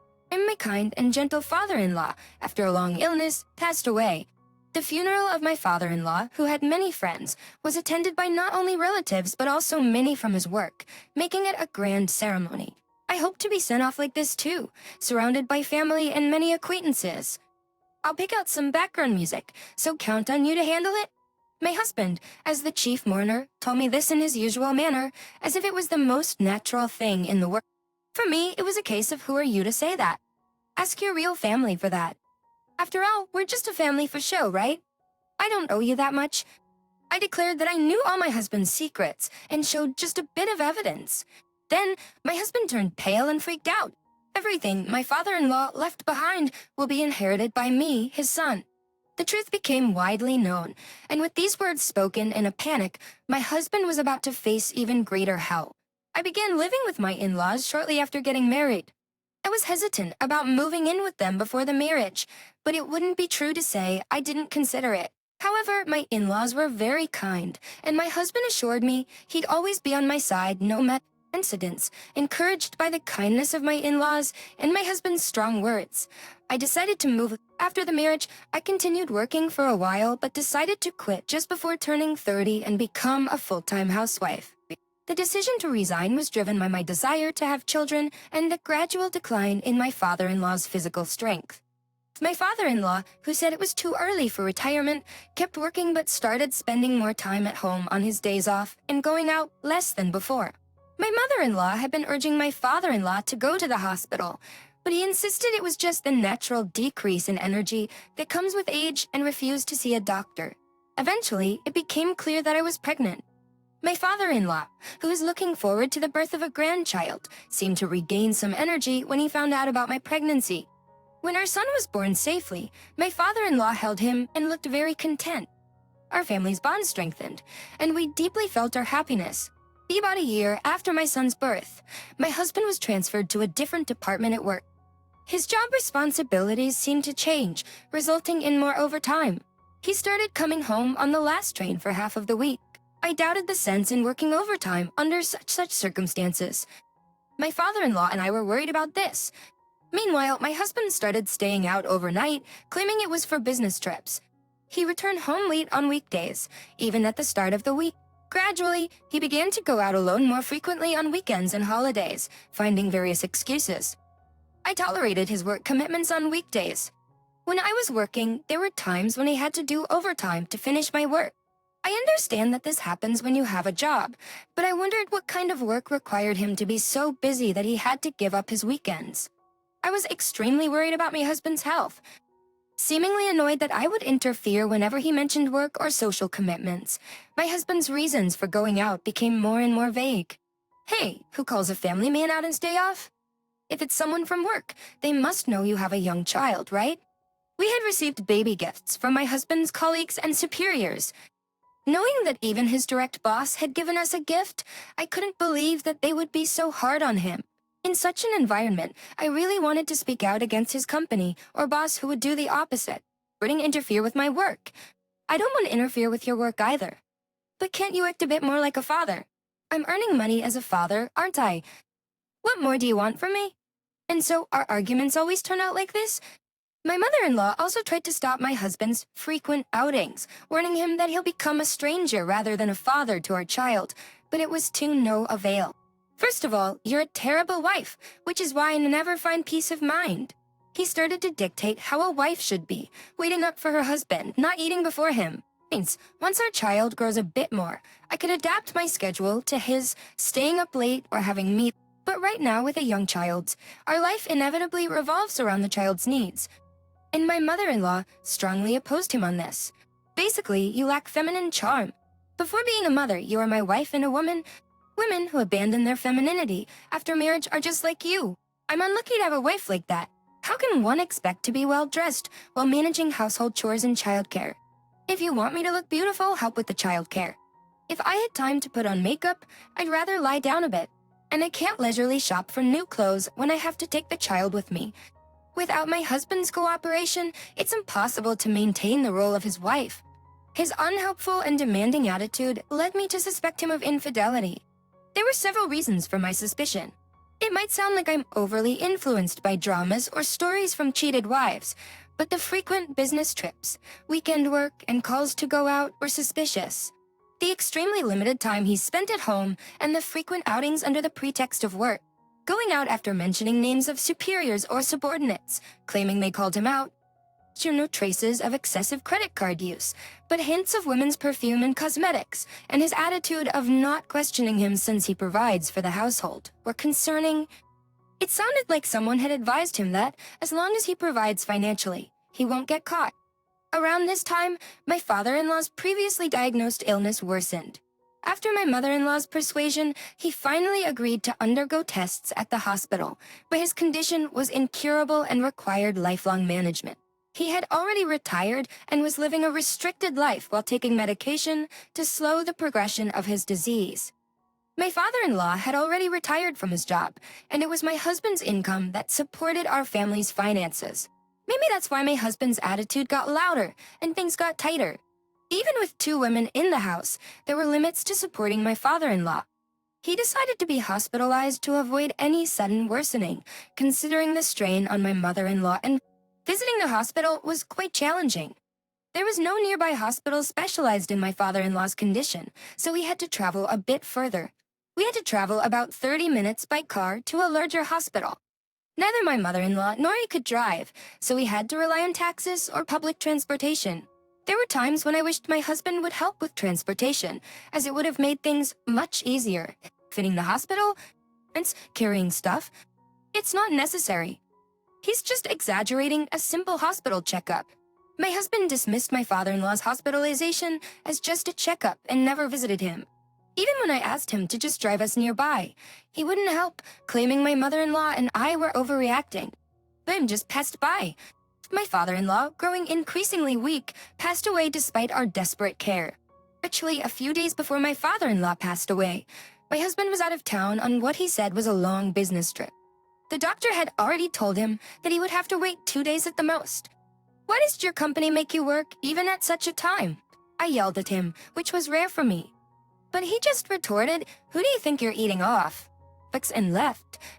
My mother-in-law had hurt her back caring for my father-in-law, so we had to stay in a nearby hotel to be close to the hospital.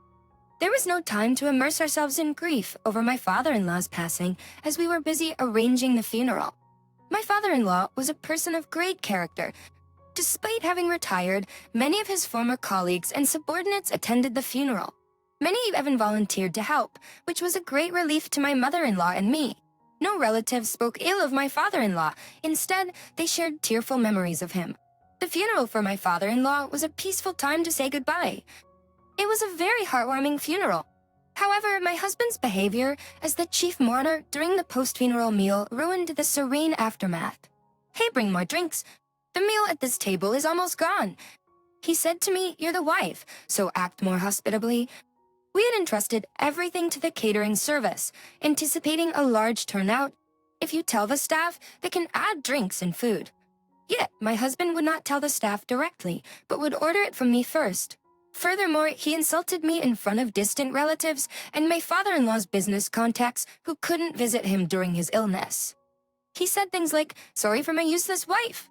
She's just like this at home too, and she left my father's care to my mother and the hospital, just lazing around at home. The worst wife."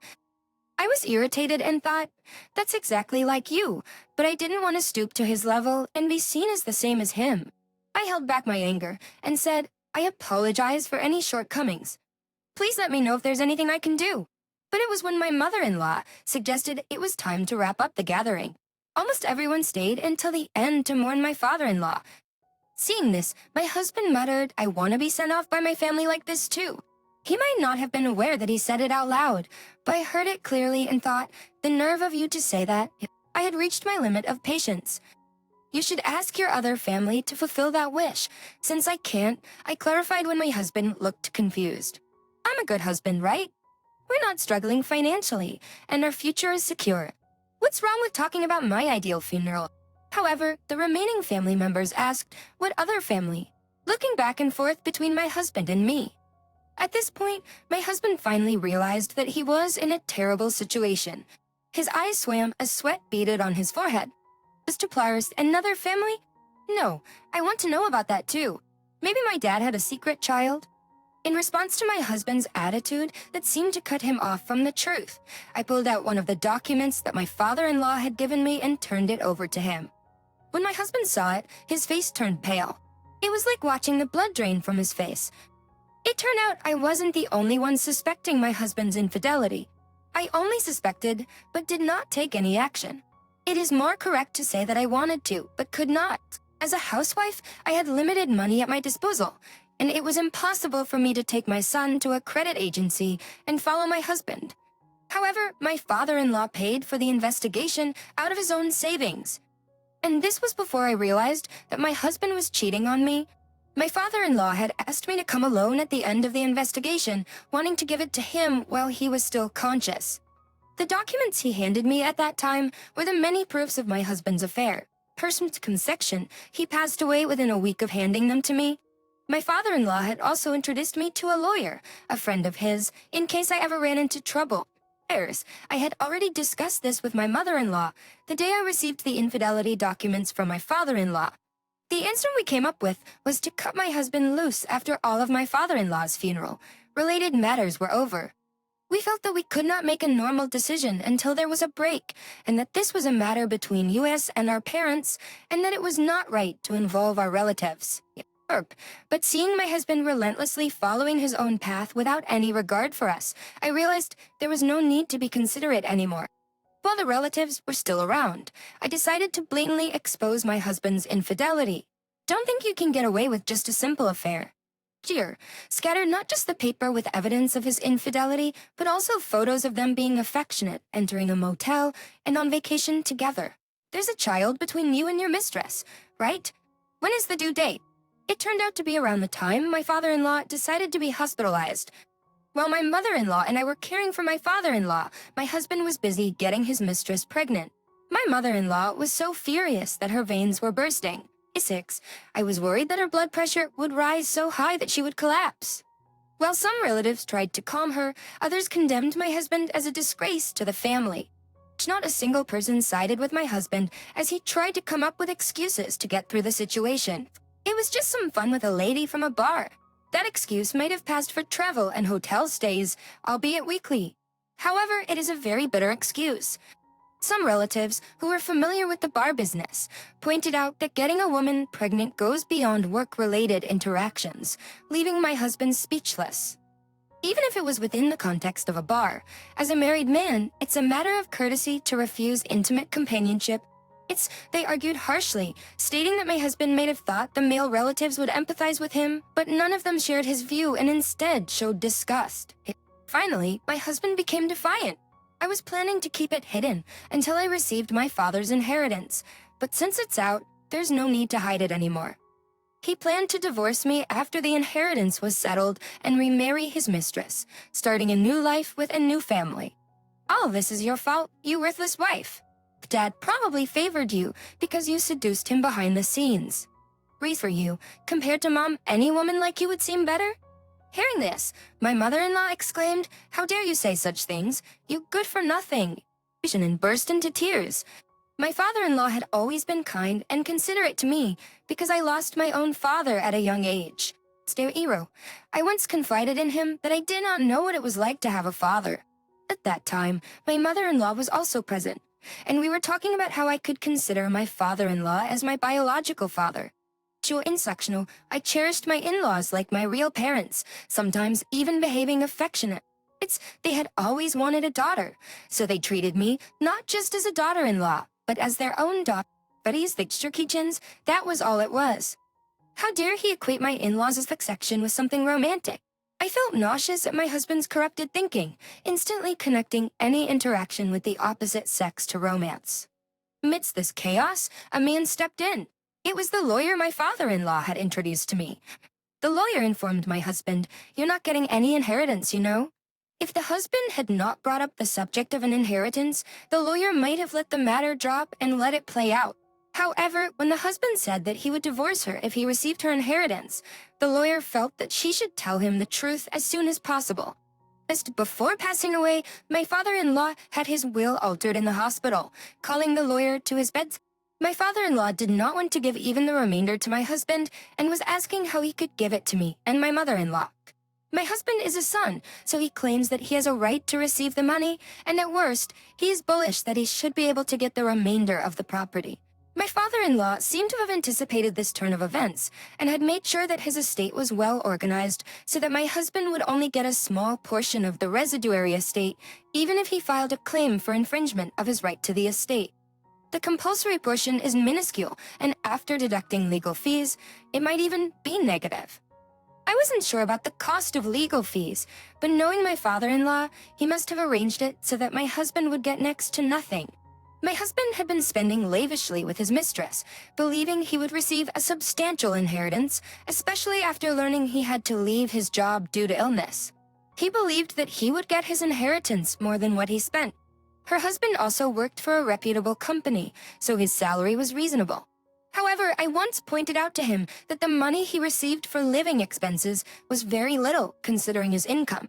At the time, he made excuses such as his salary being affected by the recession or no longer receiving bonuses, but it was clear that he was spending all of his money on his unfaithful partner.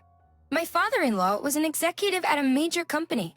He retired earlier than retirement age, and I heard that the company rehired him on favorable terms because of his personality. When my husband and I were dating, I remember him saying that he had never struggled with money in the past. Perhaps that is why he thought he would receive a large amount, maybe even $2 million, as his inheritance. My husband crumpled to his feet and sat down on the floor. My mother-in-law, crying and furious, lamented, "How did her son turn out like this?" and blamed herself as well. I believe that as a child, parents have a significant influence, but once you are out in the world, it is up to... Maybe my husband was easily influenced by the people he dated. His arrogance became worse when he started dating the person he was cheating with. Even if his mistress was the root cause, as an adult, my husband was responsible for straying from the right path. John, still in disbelief, kept asking, "How did this happen?" and continued shouting. My mother-in-law and the relatives gave him cold looks and collectively threw him out of the house. I am the chief mourner. Show some respect. The ceremony can be done even if there are no mourners, because it is obligatory, and mourners don't have anything to do with it. Crying over something so pointless, I said coldly, laughing off his claim and disregarding his presence. A few weeks later, my husband casually returned to our in-laws' home. I confronted him with divorce papers. He insisted that he should be the one to initiate the divorce, but I explained that if he did, I could drag it out and make it difficult. I thought it would be a resistance or counterattack to stall him for a long time, but that is not the best thing to do now that he has a child. I had to change the current environment quickly for the sake of my son. My husband looks unconvinced that I am taking the initiative, but he himself wants to get a divorce as soon as possible, so he reluctantly agrees with my opinion. But that doesn't mean I want to see my husband anymore. My mother-in-law. And I said, good luck with your new family. And then we kicked them out of my parents-in-law's house. I had already thrown my husband's belongings out in the corner of the yard. I told them that I would send the rest to their new address, and I completely removed my husband from the house. Later, my husband returned, this time with his mistress. They both seemed oddly triumphant despite his defeated state. His mistress, addressing me with arrogance, said, "You must be bitter about losing your husband. It's the result of neglecting yourself as a woman." She laughed haughtily and continued, "I heard all the inheritance goes to my husband, and the divorce is clean cut." Apparently, my husband hadn't informed her that there was no inheritance. Gripping her pregnant belly, she boasted that her child would have a better life than my son, who would be left with nothing. Then, a message came through on my phone from my husband. I calmly asked his mistress to hold on while I checked it. My husband was requesting child support for the unborn child, reasoning that it would be unfair to create a disparity between his children. Despite the child being my in-law's grandchild, I wondered how I could love a child born out of an affair during such a difficult time. Ignoring his request for the moment, I decided to reveal something to his mistress that I hadn't told my husband yet. I calmly recited her name, workplace, and family background, information she had no idea I knew. This sent her into a frenzy. She approached me, raising her hand in anger. "Are you going to hit me? I'll sue you for assault. Everything here is being recorded by the surveillance camera." Pointing at the camera installed in the corner of the room, his mistress timidly withdrew her raised hand. Right before he passed away, my father-in-law told me to always keep solid evidence in case I ever had disputes with my husband after his death. That's why, after the funeral, I set up surveillance cameras in the house with the help of relatives. I told my husband that the fact his mistress was his direct subordinate was clearly stated in the documents entrusted to me by my father-in-law. I said I would report to the company that my husband was having an affair with a subordinate. At this point, it didn't matter who seduced whom first. They both consented to the affair, so they were equally at fault. My husband, his face pale, begged me not to report to the company, clinging to my feet. I exclaimed gross and shook off his grip. Realizing they would be in trouble if the surveillance footage was used against them, my husband and his mistress left without further resistance. Later, I hired a lawyer, whom I met through my father-in-law, and demanded alimony and child support from my husband. Just when I thought the legal notices would be arriving, I received an enraged call from the mistress. She'd gotten my number from my husband's smartphone. She mistakenly thought she could get away with it if she kept silent and was furious about the compensation claim. She said something different. "Wait, alimony? I should have hit you back then," she ranted. I never said I would forgive her. I just mentioned that if she hit me, I would have evidence to sue her for assault. There was silence on the other end of the line for a moment. I thought she might be plotting something, but surprisingly, her next words were an apology. She started saying that my lawyer had informed her that my mother-in-law and I would receive the inheritance and nothing was left to my husband. She apologized for her past behavior and asked if we could share the inheritance with my husband. She suggested settling the alimony and other claims with the inheritance. In other words, I rejected the mistress's request. I wouldn't agree to any deal. This led to a huge argument between my husband and the mistress, who were blaming each other, having overheard our conversation. They seemed perfectly matched, both utterly deluded about the real world. I wanted to avoid seeing or hearing my husband as much as possible. I aggressively told him that he would be in more trouble if we went to court. I mentioned that his direct boss hates dishonesty. Hearing this, my husband agreed to my terms for divorce, alimony, and child support, fearing his boss's reaction. His boss seemed to be a significant threat to him. However, the mistress stubbornly said, "Go ahead, tell my boss. I don't care." So I did, just as she wished. It turned out badly for my ex-husband, but I couldn't help it since he couldn't talk his way out of having an affair. I later found out that my ex-husband's boss was a woman who had been divorced due to her own affair. Divorced due to her husband's infidelity? Apparently, her ex-husband had an affair with a younger subordinate, just like my ex-husband. After hearing my report, she promised to impose as much punishment as possible. They both ended up being transferred to different locations. My ex-husband reluctantly accepted the transfer, but his affair with the subordinate became known there too, and he eventually had to resign. The mistress protested the transfer, saying it was unfair, but her pleas were ignored. She resigned, complaining, "I can't work there while I have to raise a child." Now unemployed, my ex-husband couldn't cover the child support and alimony with his savings and ended up borrowing money. He could only get loans from dubious lenders, and now he's trapped in debt repayment. My ex-in-laws changed all the locks, making it impossible for him to return to their house. With nowhere to go, my ex-husband moved into the mistress's apartment, but his unemployment continued, leading to eviction due to unpaid rent. He had to turn to the mistress's parents, but things didn't go as he hoped. The mistress, carrying their baby, was reluctantly accepted by her parents. They said the baby wasn't to blame and allowed her to live in their home, but they provided no support for childcare or anything else. I think this was the consequence of destroying my family. However, my ex-husband was thrown out by the mistress's parents for ruining their daughter. He was discarded like trash by them. My ex-husband, now shunned not only by me and my mother-in-law, but by the entire family, couldn't return to my ex-in-law's house or rely on relatives. His dream of a happy life with a younger woman was just a fantasy. In reality, he was abandoned by both families, lost his job, and had nowhere to go. We hear that the ex-husband is now living in a dingy, shabby apartment with no bathroom and is cutting back on living expenses to pay off the debt he created with his alimony and to pay his monthly child support. He has not been able to find a regular job and is said to be living part-time for the day. He's struggling to find a steady job and lives day to day on odd jobs.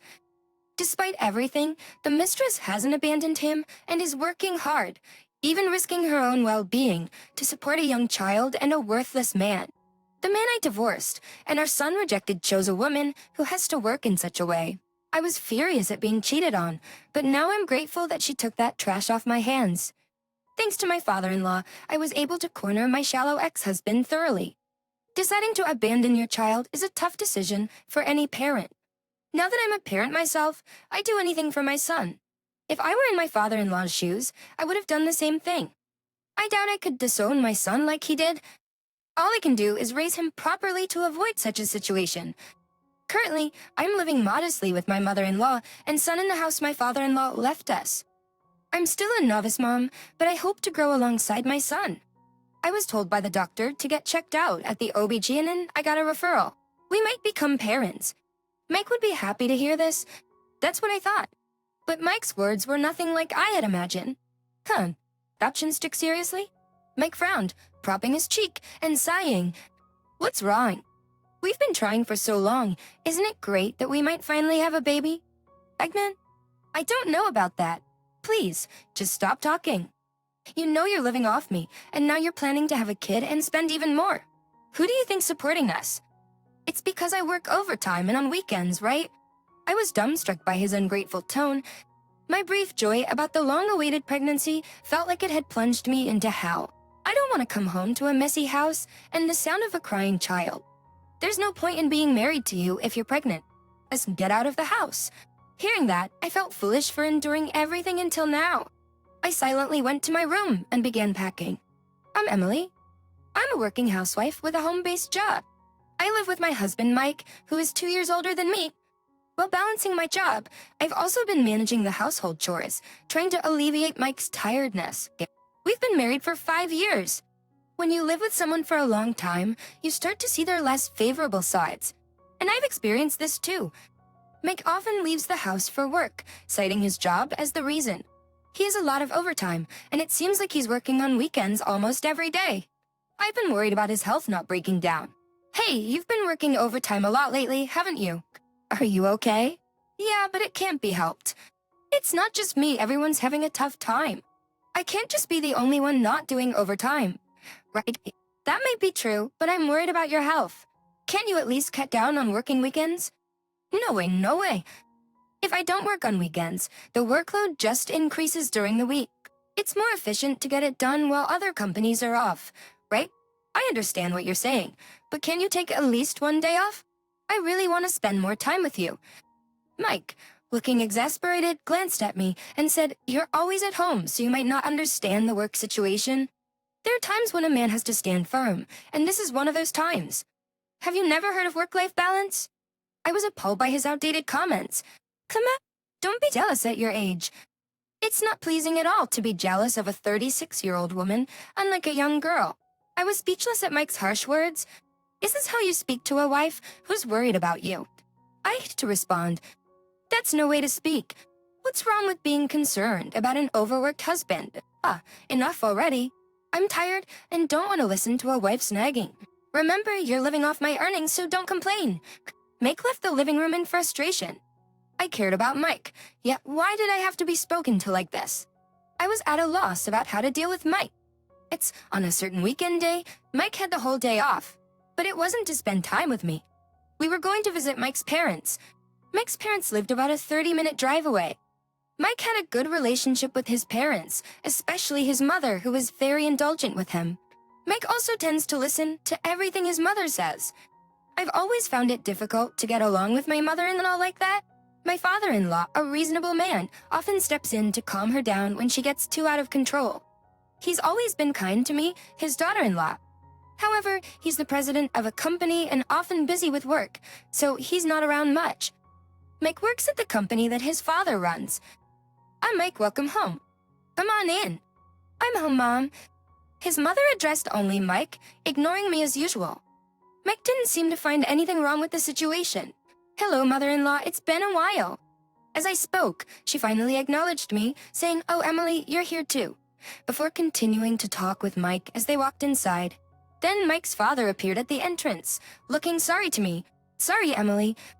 It's good to see you. Come in." "Hello, father-in-law." "Thank you, I will." Watching Mike and his mother chatting on the sofa, his father scolded them. "You two, why did you leave Emily outside and go in first? You should have invited her in together." "Oh, I did call out to her. She could have just come in on her own. In one's husband's home, you can't just walk in on your own. We invited her, so it's our duty to be considerate. You should understand that, being a daughter-in-law yourself. Dad don't say so much to Mom. She was just happy I came home. She probably got a bit carried away. I don't understand why a grown son's rare visit would make her so overly happy." My father-in-law shook his head and apologized again. However, Mike and his mother, seemingly clueless about what they did wrong, never had a word for me. As I was about to sit on the sofa, my mother-in-law called me over with an uncomfortably wide smile. "Emily, can you help me make some tea?" I responded and followed her to the kitchen. As soon as we were alone, the smile vanished from her face, and she spoke in a low voice. "Sure, Hypes, hurry up and make the tea. Don't forget to prepare the snacks, too. When we visit the in-laws, my mother-in-law always assigns me housework. She knows she'll get scolded by my father-in-law if he finds out. What a sneaky person. But I've gotten used to it. While I was preparing the tea, she continuously criticized me for my clumsiness, the snacks I brought not being to her taste, and even my supposedly unlucky-looking face. She went on, finally concluding with this statement. "Honestly, I can't understand why Mike married someone like you. It's amazing how she never tires of bad-mouthing her daughter-in-law. At first, I was deeply hurt, but after 5 years of the same routine, I've become numb to it.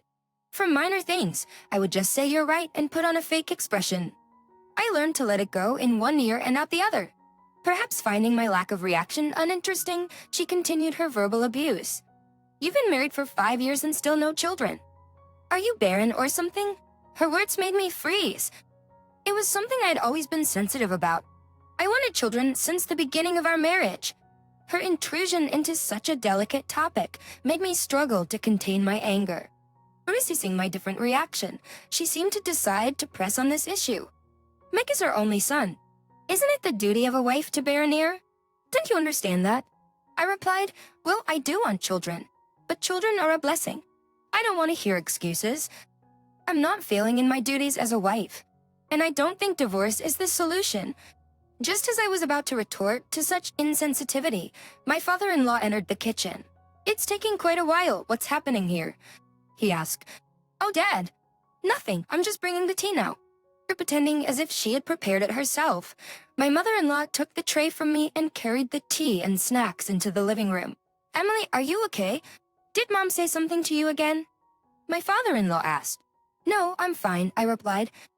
It seemed like my father-in-law hadn't heard our earlier conversation. I found it painful to bring up that topic myself. Containing my anger, I answered him with a smile. As if nothing had happened, my mother-in-law was chatting amiably with Mike. I drank the tea while looking at her face, but it tasted bland. I wanted to leave this place as soon as possible. That thought constantly crossed my mind. Some months after visiting my in-laws, Mike was still caught up with his usual routine of working overtime and on weekends.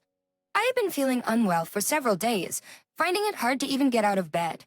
I managed to do the bare minimum around the house, but Mike seemed oblivious to the change. His insensitivity was a relief at that moment. The ongoing health issues made me realize I should visit the doctor. At the local clinic, the doctor gave me unexpected news. At night, as I was warming up dinner for Mike, who returned home late, I spoke to him. Hey, there's something I need to tell you. What is it? Does it have to be today? I'm tired from work. Even on his days off, he wouldn't be home. I almost said that, but stopped myself just in time. Ignoring Mike's question, I continued. I've been feeling unwell for a few days, so I went to the clinic today. They said I might be pregnant. Mike's eyes widened as he looked at me. I thought this might stop the nagging from my mother-in-law. Thinking that, I felt a bit relieved. They told me to get a detailed checkup at Retribution, and I got a referral. Mike would be happy. That's what I thought. But his reaction was nothing like I had imagined. Huh, seriously? He frowned, propped his cheek, and sighed. What's wrong? We've been trying for a long time. Isn't it great that we might finally have a baby? Pregnant? I don't know about that. Just stop talking. Why would you say that? You knew I've wanted a child since we got married, right? Mike sighed deeply again. I was the one who wanted to sigh. And you know, you're living off me. And now you plan to have a child and spend even more. Who do you think is supporting us? It's because I work overtime and on weekends, right? His ungrateful tone left me stunned. My brief happiness about the pregnancy felt like being dropped into hell. I don't want to come home to a messy house and the sound of a crying child. There's no point in being married to you if you're pregnant. Just leave the house. Hearing those words, all my patience seemed foolish. I silently went to my room and started packing. I acted quickly from there. I found a new place to move into immediately, arranged for movers, and sent all my belongings to the new house. Within a week, I had completed the move, left the divorce papers on the table, and left the house. The next day, I received a message from Mike saying he had filed the divorce papers. Like, all the time I had endured felt wasted. 5 years of marriage had ended so abruptly. About 6 months after the divorce, I received a call from Mike. I didn't notice it at the time because I was at work, but there were over 20 missed calls just that morning. There had been occasional calls every few weeks before, but I had no desire to speak with someone I had divorced and had ignored them. However, this many missed calls were unusual. It might be an emergency. Thinking that, I decided to call Mike back. He answered after just one ring. Finally, you pick up. You are so slow.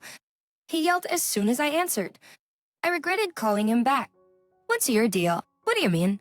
I don't understand. Don't play dumb. It's about the rent. I just got a call saying it's been unpaid for 6 months, including the utilities. What's going on? His absurd accusation almost made me laugh. It wasn't a conversation to have with an ex-husband. If there are overdue bills, just pay them. Why are you calling me about this? Your account was set up for the withdrawals, right? Why did you change it as soon as you left? Doing something like this, you're really mean. It's obvious I would stop the automatic withdrawals.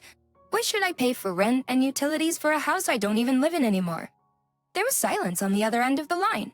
He was probably overwhelmed with confusion at my unexpected response. Read it to me. You're saying you were paying the living expenses. Mike finally started talking, his tone mocking. Don't be hurry, don't be ridiculous. And you were living off me. There's no way you had the means to do that. What are you talking about? Thinking you were supporting me is a big misunderstanding. Just your salary alone wouldn't be enough for 2 adults to live on. I'm the son of a company president. Of course I make a lot. Being a president's son means a high salary. What kind of logic is that? I had to show him the reality. Have you ever looked at your pay stubs? Why don't you check them right now? Let's talk after that. Mike seemed to get irritated with my responses. He said, just wait, presumably to look for his pay stubs. It was payday this week. Hold on, I'll check right now. When the call suddenly cut off, I checked my smartphone screen, wondering if the signal was bad. The signal was fine. It seemed Mike had just stopped talking abruptly. Wait, what's this amount? What does this mean? I don't know the reason, but your salary is significantly lower compared to others your age. Mike seemed unable to accept the reality, muttering disbelief over the phone. Not sure if he was listening, but I continued. Yet, you lived in a luxury apartment and splurged on designer goods, thinking you're the president's son. How could someone with such spending habits pay for living expenses and rent? No, that's because I have to wear things befitting the president's son. Why buy things beyond your salary? It's because you don't face reality that things turned out this way. Hey, you must be struggling since the divorce, right? Just marry me and we can live together again. Mike laughingly made the shameless proposition. After all he's put me through, which nerve was he talking with? I've responded firmly and clearly. The thought of remarrying someone as out of touch with reality as you is unimaginable. I'm doing fine with my job, don't worry. Life's been fun since I left you. Don't bother me. Job, don't act high and mighty. It's just a part-time job, right? Must be barely making ends meet. Being with me is your best option. It's not part-time. I've been working from home even before our divorce, which I've told you. Never remember anything I say. For Nicole extra paycheck. I don't know about that. Anyway, you can't be making more than pocket money. So let's remarry and... Mike, desperate to reconcile, was interrupted as I delivered a crushing blow. I'm an entrepreneur. Entrepreneurs. Yes. My business is on track and performing well. So, I have absolutely no need to remarry you. He thought he had been supporting his ex-wife, only to find out she was an entrepreneur and the president of a company. This revelation must have been a crushing blow to Mike's pride, who had been complacent in his status as the president's son. Jill felt vindicated after years of being belittled. However, his response was unexpected. Entrepreneur Hamas, you said business is good, so you must have plenty of money. Then you can support me, right? I was stunned and at a loss for words when Mike, who I thought had high pride, made a statement that showed not a shred of it. It's surprising how people can act so recklessly when they are pushed to their limits. We're divorced, you know? We're no longer related. There's no way I'm going to pay money for a complete stranger. Wait, there's nothing more to discuss. Don't call me again about such nonsense. Die. Despite Mike's continued protests, I mercilessly hung up. I ignored several more calls that came in afterwards. Eventually, he must have given up as the calls stopped coming. I looked at my quiet smartphone and finally felt relieved. How long had it been since I talked to Mike? In the midst of my busy life, I hadn't kept track. The phone rang again, and without checking the screen, I answered. I decided then to always check who's calling, no matter how busy I am. It was Mike on the line. He was in a bad mood again, raising his voice. There's a rumor going around the office that I'm cheating. Did you do something out of spite? Look, I'm not so idle as to bother someone I never want to deal with again. It wasn't me. That's impossible. Who else would benefit from spreading such a lie? I'm going to demand a damage claim for this. It was clear he just wanted to squeeze some money out of me. Giving him money would be like throwing it down the drain. I wouldn't comply. I began to speak in a mocking tone. Maybe it's because of that, I guess. Do you know something about it? Is it your fault? Of course I haven't been spreading any rumors. But I did consult your father, who's also your company's president, about your affair. Benito, you talked to my dad? My guest, sounding panicked. Maybe he thought I didn't know, or perhaps he was just shocked that his father knew. But that's beside the point. Before I told Mike about the pregnancy, I had grown suspicious of his frequent overtime and weekend work. My father-in-law, being a busy man himself, was often not at home. But I couldn't believe that a reasonable man like my father-in-law would enforce such work practices on his son and other employees. That's why I hired a detective to investigate Mike's activities. The results were damning. Mike was indeed having an affair with a female coworker from his company. Not just Mike, but the affair involving his coworker meant I had to inform his father, the president. I sent evidence to the company addressed to the president. Probably, my father-in-law must have taken some action. And that's how the rumors started in the office. Wait, Dad knows about it? What of Jan? Don't get mad at me. You shouldn't have cheated in the first place. I owed a lot to your father.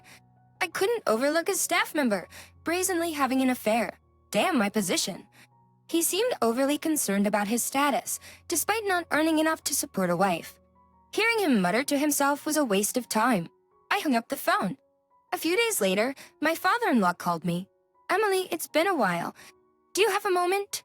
Hello, it's been a while. Yes, I'm available. Good. Next, Heapsies. I'm sorry for the trouble my foolish son has caused you. No, you're not to blame. It's all Mike's doing. Well, yes, but I also feel responsible for my lack of oversight. I can't apologize enough for the discomfort you've experienced. Mike's behavior was disgraceful, making his earnest father say such things. Neither the previous call nor this one included any apologies from Mike. It's sad to see a grown man making his parents apologize on his behalf. Due to the affair in the company, we had to take serious action. The woman involved was demoted and transferred to another department, and Mike was fired. Fired? But for an office affair? Ah, it wasn't just about this incident. Did you know about Mike's salary? Yes, but he mostly spent it however he liked, hardly contributing to the household. Unbelievable. There was a reason for that salary amount. He sighed. After a brief silence, he gently asked me, "Can I tell you something?" I replied, "Sure." He just strutted around, boasting he was the president's son and didn't do any work. He even threatened others that he'd tell on them to the president. I had suspected something about his salary, but not to this extent. He was so selfish. I was glad I divorced him. For someone like him, just being my son doesn't justify a high salary. That's why his salary was that low. Even though you're the respected one, he was acting like a fox wearing the skin of a tiger. My father-in-law laughed. Exactly. As a president, I don't regret my decision, but it seems to have shocked Mike. He came back home and has been shut in his room since then. Don't worry about it, Emily, he said, ending the call. I felt sorry for causing trouble to my father-in-law, but satisfied about Mike's comeuppance. After a month since that call, I received a message from my mother-in-law. Mike's he come to our house. It was a brief command to come to their house, but to me, their house was like enemy territory. I didn't want to go, but I had things to say to her. After contacting my father-in-law, who agreed to be there, I decided to go. Well, you came, said my mother-in-law emotionlessly as she opened the door. As usual, she didn't invite me in but went straight inside. Back when I was their daughter-in-law, such behavior from my mother-in-law used to confuse me, but now I don't need to concern myself with her attitude. I followed her, now indifferent to her attitude. It was P.C.'s security in the living room. Only my mother-in-law was present. Just you, he asked. I sent my husband on an errand. Because of you, Mike won't leave his room. One poor thing, she said, not offering me a seat, and sat on the sofa, glancing at me. She must know that if my father-in-law were there, he would scold her for being rude to me. She must have sent her husband away on purpose. Such a cunning person. I sat on a dining chair, keeping my distance. What's the reason you called me here? I asked, getting straight to the point, and my mother-in-law frowned. She seemed displeased that I was controlling the pace of the conversation. It's simple. Emily, remarry Mike. I was taken aback, expecting verbal abuse, but not this. Considering she disliked me, why would she want her son to remarry someone she loved? Ashnaternik, I will never reconcile with Mike. And frankly, I don't think it's your place to discuss this. But Mike has been so affected by what you did that he can't even leave his room, let alone go outside. You should take responsibility for that. Whether Mike twisted the truth or my mother-in-law misunderstood, it didn't matter. But the truth was entirely different. Mike betrayed me first. He threw me out when I thought I might be pregnant, and then had an affair with a coworker. I can never forgive that. She reacted strongly to a particular part of my statement. Her expression seemed to say, that's it. That's it. You're pregnant, right? You plan to make a child live without a father. It's better for a child to have both parents. No, it's not necessary, I firmly replied. My refusal made her face turn red with anger, and she slammed her hand on the table. What's with you? Talking back and being insolent. A daughter-in-law should just listen to her mother-in-law. Perhaps it was a shrill voice. Ursicans, with a piercing voice that was almost painful to the ears, my mother-in-law shouted, I have no desire to be with such a person. Besides, I'm not pregnant. Wait. When she heard I wasn't pregnant, her expression became a mix of confusion and sadness. What do you mean? Didn't the hospital say you were pregnant? That's what Mike told me. I only received a referral from my general practitioner to get a detailed check at an OB-GYN. It turned out to be just a health issue, not pregnancy. Faint. My mother-in-law looked utterly devastated. She must have hoped to use the child to force a reconciliation with Mike. It was a naive plan. I wouldn't want to raise a child with someone who couldn't be happy about me being pregnant. So, there's no need to worry about a child's father. I will never remarry Mike. Wait, you don't care about Mike anymore? Don't you feel sorry for him? Sorry for him? I feel nothing. He's a stranger to me now. Suddenly she lunged at me. I thought she was gonna hit me, just at that moment. What are you doing? My father-in-law, returning from shopping, stepped in between my mother-in-law and me. Buttons! She's terrible. She won't even help Mike. She's only thinking about herself. Heartless? How many times do I have to say it? Mike was the one who is disrespectful first. You always lose sight of everything else when it comes to Mike and act impulsively. Enough is enough. My mother-in-law broke down crying.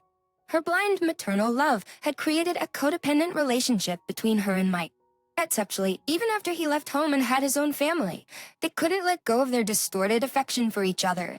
They both seemed pitiful to me. I'm here today to tell you that I will be filing for spousal support. My mother-in-law, who had been shouting at me, was now choking on her tears, making her words unintelligible. It was certainly verbal abuse directed at me. Yes, that's right. Of course you should do that. I'll cover Mike's part and pay it in full, then I'll make sure he repays me. Don't worry, I won't let his mother get close to him. In the end, my father-in-law was the only one on my side. My mother-in-law continued to wail incoherently when my father-in-law shouted that he would divorce her if she continued to spoil Mike and told her to change her attitude. She hung her head. Despite all the commotion, Mike never showed his face. Later, I filed for spousal support through a lawyer against Mike. Both were paid in full. According to my father-in-law, Mike has started working part-time and is repaying him month. He knows if he's late even once, I'll transfer the debt so he's been on time so far. My father-in-law said with a laugh. My mother-in-law tried to work and give the money to Mike, but he threatened divorce and she backed down. Both Mike and his mother need to change their ways. As for my father-in-law, his struggles are immeasurable, but I hope they can instill some sense into them. As for me, work is going well and I'm busy as ever. My father-in-law, who is a company president and also senior, has become a strong advisor for my work, which is very reassuring. For now, I plan to enjoy my carefree single life.